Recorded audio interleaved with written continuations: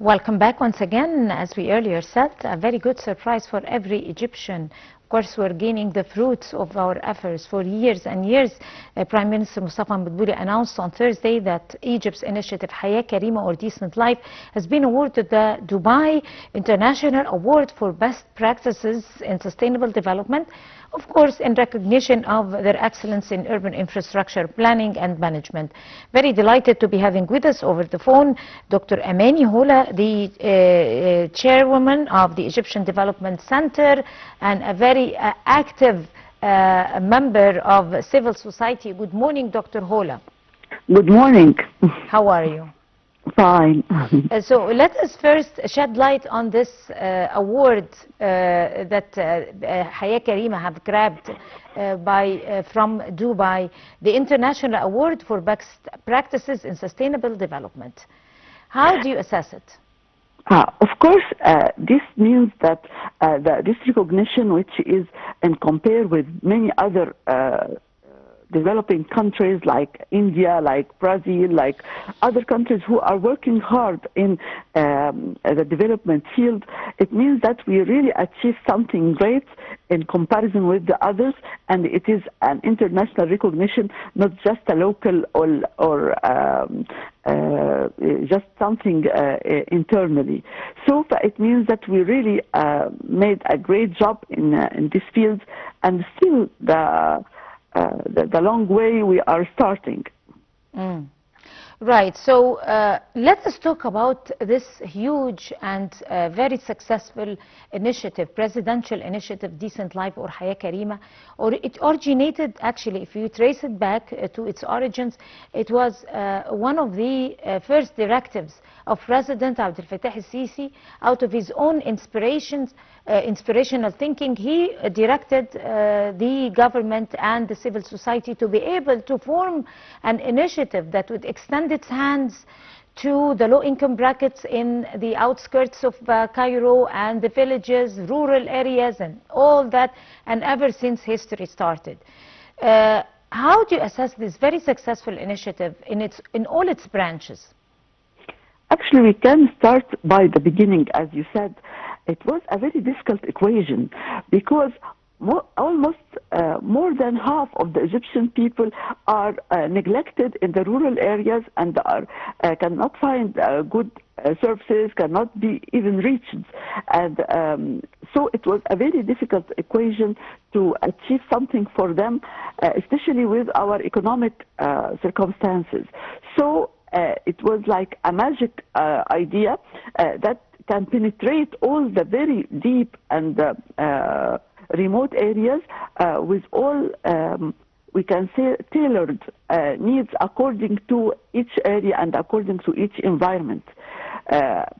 We used to have some people are saying, what is about all these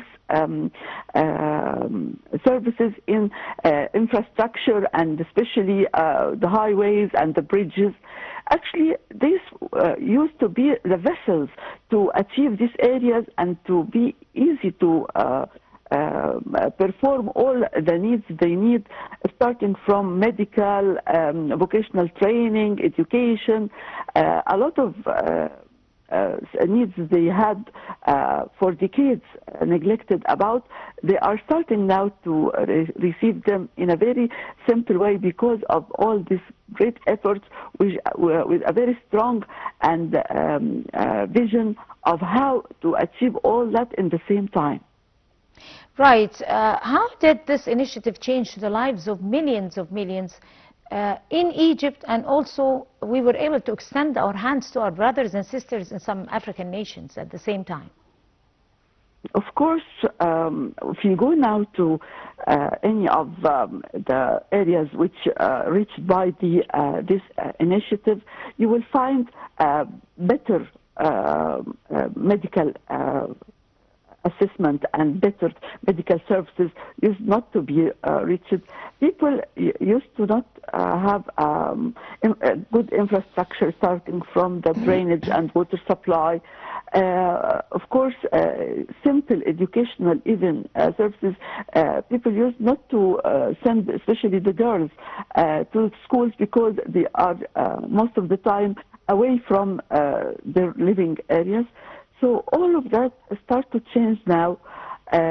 Also, the volunteer work actually plays a very important role in achieving the goals by understanding the needs of each area according to its own circumstances and its own environment.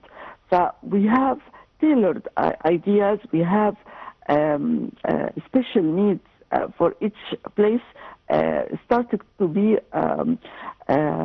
tailored according to their needs, but not only just prototype. Right.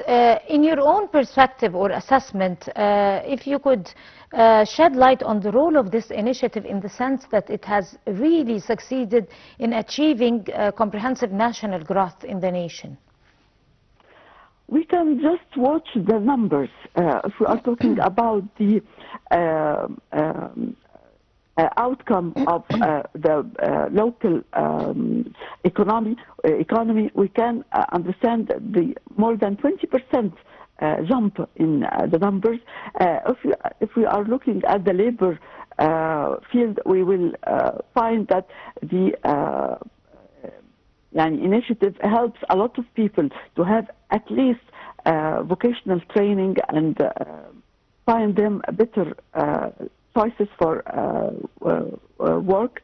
Also, we are talking about the new ideas and new industrial areas started to be present in these remote areas, especially in the desert side of the villages we used to not use them. Now we have a lot of highways reaching very wide areas. Of course, you know, the more than 90% of Egyptian land are not used yet. So all of this affects the economy by numbers, and it's very obvious by the products of Egyptian made now are invading the market locally, and in the Arab countries, like some very famous brands of television and LCDs and even mobiles, a lot of products start to be made in Egypt. Right. On that note, of course, Dr. Amany Hola, the chairwoman of the Egyptian Development Center and a very active member of the civil society. Thank you so much, and you have a beautiful day. All the best of luck to you.